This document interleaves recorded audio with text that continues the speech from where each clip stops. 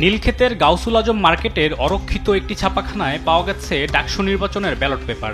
এমন অভিযোগ করে নির্বাচনের পরপর কারচুপির প্রশ্ন তোলে ডাকসু ও হল সংসদে নির্বাচনে অংশ নেওয়া প্রার্থীরা। এই যে ব্যালট পেপারের ছবি এবং যে আঙ্গুল দেখছেন, সে আঙ্গুলও কিন্তু সেই ছেলেটারই আঙ্গুল।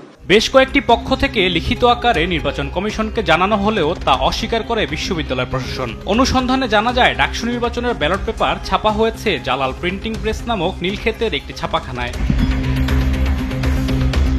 ঘটনার সত্যতা যাচাই করতে গাউসুল আজম মার্কেটে খোঁজাখুঁজি। জালালের দেখা মিললে ব্যালট পেপার ছাপানোর বিষয়টি স্বীকার করলেও কোনো মন্তব্য করতে রাজি হননি তিনি। আপনি যে ব্যালটটা ছেপেছেন এটা তো আপনি নিশ্চিত করছেন? কথা বলার মতো আমার সময় নেই। নিশ্চিত করছেন আপনি ব্যালট ছেপেছেন কিনা? হ্যাঁ বলতেছি, তাদের সাথে যোগাযোগ করেন, তারপর আমার জিজ্ঞেস করতে দেবেন। আমি বলছি ঢাকা ভার্সিটির সাথে যোগাযোগ করেন আর প্রশাসনের লোকে যোগাযোগ করেন। আমি সেটা করবো, কিন্তু আপনাকে কাজটা কে দিয়েছিল? ফেরদৌস ওয়াহিদ ভাই। তিনি কবে আপনাকে কাজটা দেন? এত কিছু মনে নাই। তাদের সাথে যোগাযোগ করলে তো এক কথাই শেষ হয়ে যায়। আমি তো পুলিশ স্টপ দিয়ে দিচ্ছি, তাদের সাথে যোগাযোগ করেন, আমার সাথে না।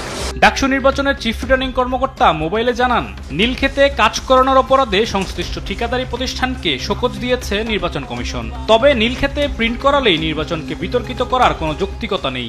সুন্দর একটা ইলেকশন এবং মডেল উপহার দিতে আসছি আমরা কোনো ধরনের কাউকে জিতানো, কাউকে কোনো ধরনের কারচুপি, এটা আমাদের কারো মাথায় নাই। এটা তো নিষিদ্ধ করলেই না, তাই না? নীলক্ষেতের দুনিয়ার সবচেয়ে বেশি ছাপাখানা, তাই না?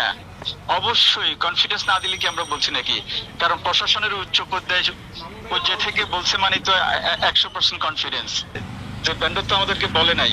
হ্যাঁ, আমরা একটা শোকজ করছি, তার কাছ থেকে একটা উত্তরের অপেক্ষা করতেছি কেন নীলক্ষেতে আসতে হইলো তাকে। ডাকসু নির্বাচনে অনিয়মের অভিযোগ বিশ্ববিদ্যালয়ের সুনাম ক্ষুণ্ণ করেছে বলে এক সংবাদ বিজ্ঞপ্তিতে জানায় ঢাকা বিশ্ববিদ্যালয় সাদা দল। আলিমুজ্জামান সাফওয়ান, দেশ টিভি, ঢাকা।